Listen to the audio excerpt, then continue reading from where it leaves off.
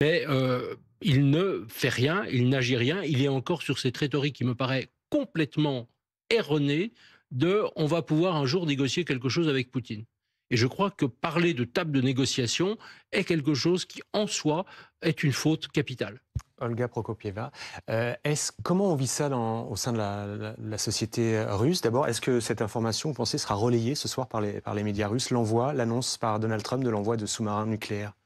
Oui, sûrement, puisque la propagande, russe, la propagande du Kremlin veut toujours faire croire à une menace extérieure, l'ennemi extérieur qui est, les États-Unis, l'Occident, un certain Occident collectif et c'est par cette peur, en fait, de l'ennemi extérieur que la propagande, du Kremlin essaye de maintenir comme ça une pression sur, la société pour, adhérer en tout cas à la rhétorique guerrière et aux objectifs de cette, guerre d'invasion, en Ukraine. Mais je suis tout à fait d'accord avec, Nicolas Tenzer que c'est, la menace nucléaire, elle est brandie, depuis le début et en réalité, même en Russie, la population n'y fait pas attention parce que c'est pas crédible, à force et ils n'accepteront pas une guerre nucléaire avec, l'Occident. Ça serait inimaginable. Déjà que la population russe n'accepte pas une guerre totale puisque le Kremlin veut toujours faire croire qu'il s'agit d'une opération militaire spéciale, qu'il ne s'agit pas d'une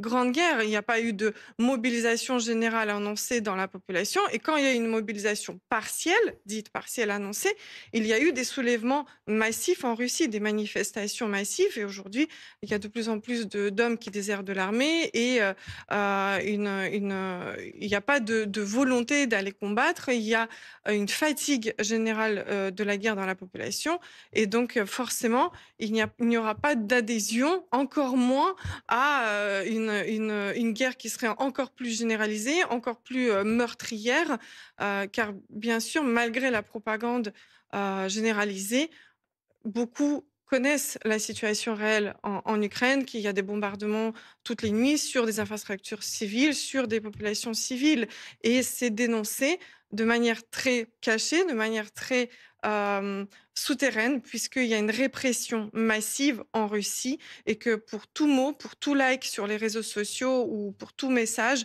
on peut être emprisonné. On est emprisonné jusqu'à 25 ans de prison, pour des, citoyens tout à fait normaux, ordinaires, qui osent dire quelque chose contre la guerre. Thierry Oui, Arnaud. je voulais juste vous redonner lecture quand même de ce message de Dmitri Medvedev il y a 4 jours qui a mis le feu aux poudres pour resituer un petit peu le contexte. Donc c'est le moment où Donald Trump lance ce nouvel ultimatum et il parle d'un délai raccourci à 10 à 12 jours à partir du moment où il s'exprime.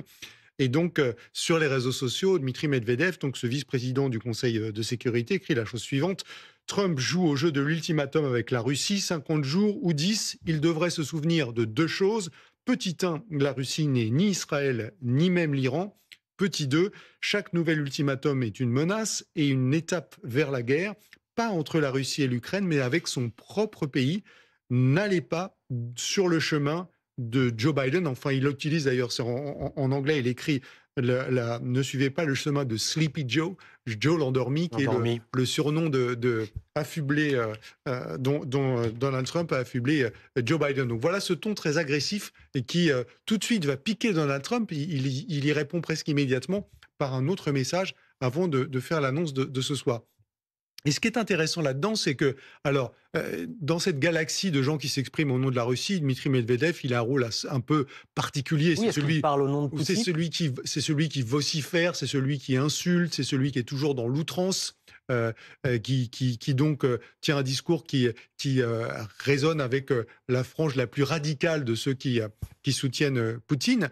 Mais pour le coup, il est en décalage avec le discours qu'a toujours tenu le Kremlin vis-à-vis de Donald Trump, qui est un discours très, très précautionneux et toujours respectueux. Quand on écoute même ce que disait Dmitri Peskov, le porte-parole du Kremlin, ces dernières heures, à chaque fois que Trump prend la parole, et même quand il a annoncé ce nouvel ultimatum, on dit, et c'est ça la parole officielle de la Russie, on écoute ce que dit le président américain, c'est important, Mmh. on va en tenir compte, on réfléchit. Donc la parole officielle du Kremlin et de l'entourage le plus proche de Poutine ne va jamais dans la provocation vis-à-vis de Donald Trump. Et là, c'est la première fois effectivement que on assiste à un propos de la part d'un officiel russe, je mets des guillemets parce qu'il n'est pas vraiment au cœur de la galaxie du pouvoir, mais qui déclenche cette réaction du président américain. Nicolas Tenzer, est-ce que c'est la voix, la pensée en tout cas de Vladimir Poutine, ou ça a un peu échappé effectivement, et c'est une voix un peu à part Vous du savez, Medvedev je dans pense la galaxie du pense pouvoir qu'effectivement, russe? que dans la propagande du Kremlin, il y a une habitude de jouer sur plusieurs tableaux, de jouer effectivement avec la rhétorique de la peur, ne bougez pas parce que sinon on va vous vitrifier. Effectivement, ça c'est le rôle effectivement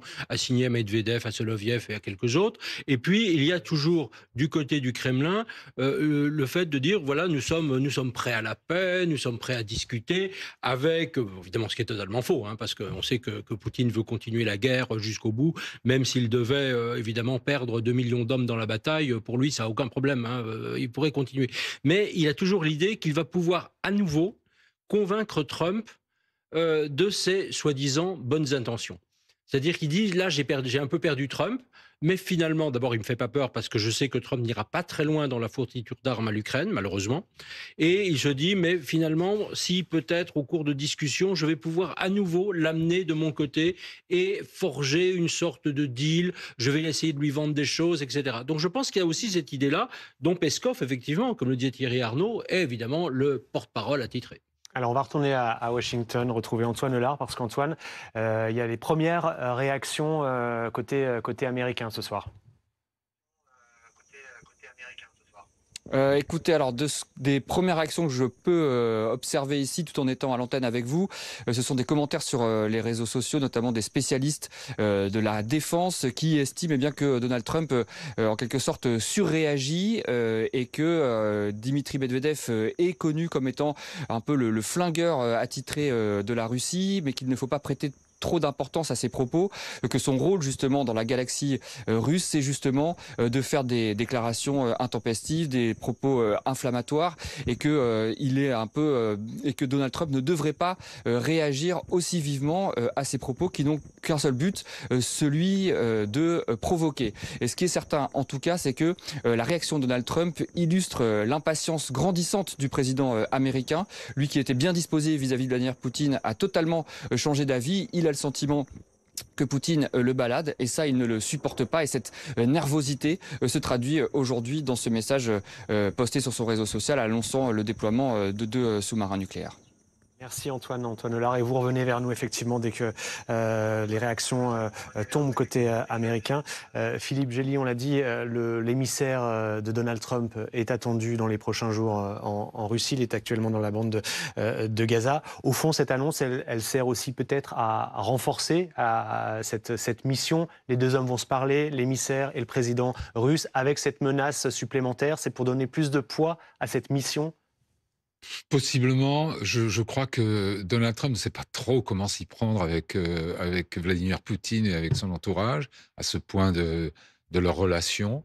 Il a cru d'abord qu'une normalisation entre eux réglerait de soi le problème ukrainien. Bon, il a compris que ça serait beaucoup plus compliqué que ça.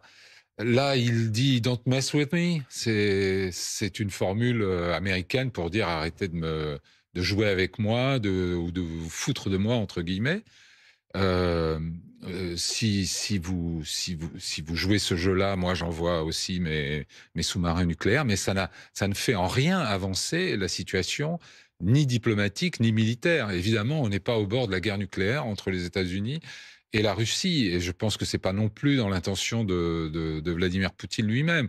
La question pour Donald Trump, c'est comment s'y prendre pour que Poutine lui concède quelque chose, ce qu'il n'a pas fait jusqu'ici, malgré les gestes de bonne volonté, les bonnes intentions affichées, et même l'alignement du président dès le début sur les demandes de Poutine.